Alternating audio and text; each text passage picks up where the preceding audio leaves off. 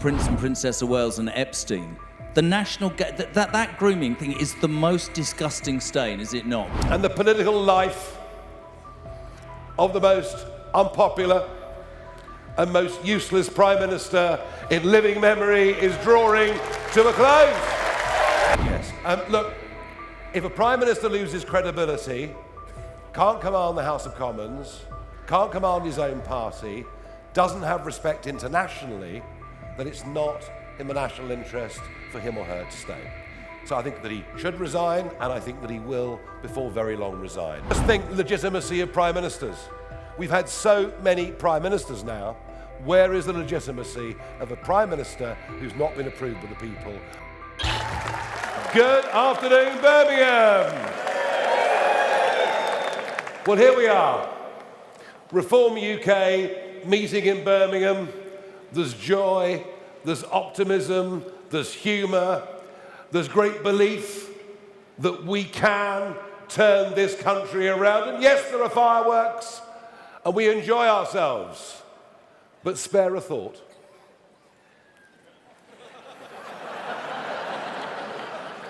No, please. Spare a thought for Downing Street this afternoon,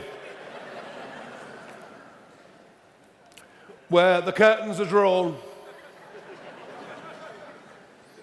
and the political life of the most unpopular and most useless Prime Minister in living memory is drawing to a close.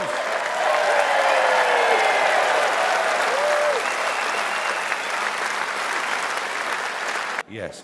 Look, if a Prime Minister loses credibility, can't command the House of Commons, can't command his own party, doesn't have respect internationally, then it's not in the national interest for him or her to stay. So I think that he should resign, and I think that he will, before very long, resign. I think Anna Sarwar is a very big marker. I mean, how can Labour now fight the Scottish elections if Starmer stays as Prime Minister? It's virtually impossible, isn't it? And the same, I think, will come for Wales very, very shortly.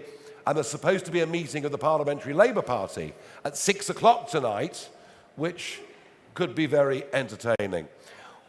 When I say much worse, they'll go further to the left. The centre of gravity of the Labour Party is being dragged leftwards. It's being dragged leftwards by sectarian votes and fear of losing to more Gaza independence. It's being dragged leftwards by the advent of Zach Polanski. Some pretty crazy ideas, but that's where it's going. So I suspect that the next leader of the Labour Party will have even worse policies on tax, will drive the exodus of talent from the country, and I think things are going to get worse before they get better. But you know, maybe the truth is, if Starmer goes, maybe what the public really deserve is a general election, and that is what we'll push for.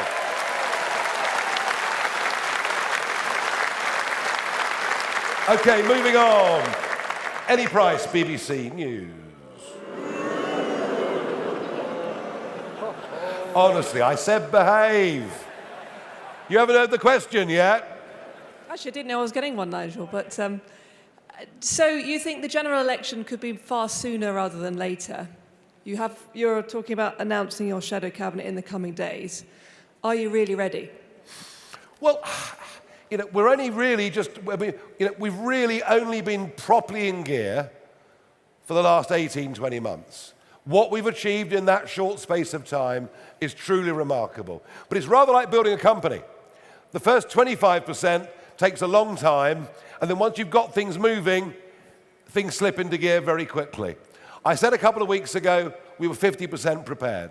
I would argue within a month or 2 months, we will genuinely be ready. Certainly more ready than all of the others. And is it an enormous challenge? Yes. But we've managed to maintain a great sense of spirit, optimism, and team unity. We will be ready, and I'm not sure the general election will come voluntarily. I just think there is an outside possibility that over the summer months, there is some kind of economic market meltdown that brings an early election. So I'm still sticking with it's probably 27, But the chances of it being 26 have gone up considerably in the last 48 hours. I'd like to ask, you said you're on a general election war footing. If the Prime Minister does resign in the coming days, would you call on that next Labour leader to call a general election? Are you ready for that? And if so, why should they? Because some of the MPs sitting opposite here didn't call a by-election when they defected. No, they didn't, you're right. And of the last 200 and something MP defections, only 2 have ever occasioned by-elections. I just think legitimacy of prime ministers. We've had so many prime ministers now. Where is the legitimacy of a prime minister who's not been approved by the people?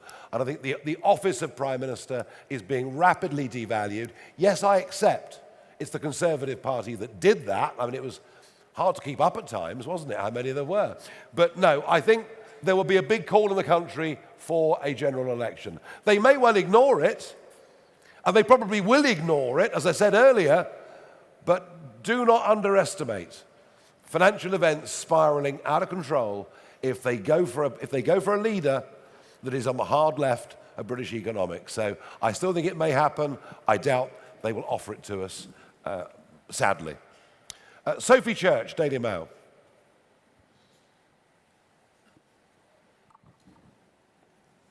Thanks, Nigel. So if you are to succeed at the next general election, how will you host sensible, productive conversations with the civil service, given you've said you'll slash numbers, and in response, civil servants have said they'll revolt? Well, we've had civil servants saying that they're suffering through emotional trauma at the prospects of a reform government. Well, that sounds like the first cost cuttings are going to be quite easy, doesn't it, really?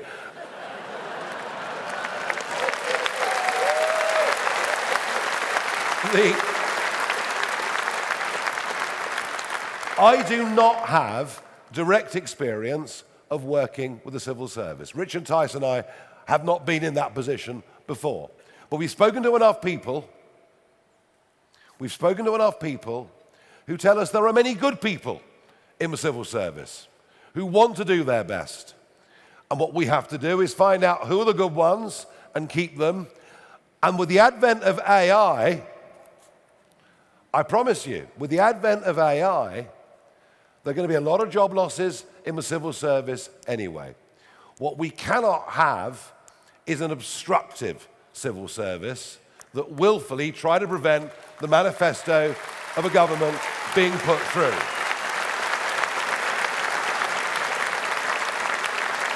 And to a very large extent, that is what Danny Kruger has come into the party to do, to prepare us for government, to work out what executive powers we do have or don't have, and make sure we make the right choices. I mean, it's the same with the House of Lords. That's another potential obstruction to what we need to do. So I understand the question, we are thinking about it, and we are working on it.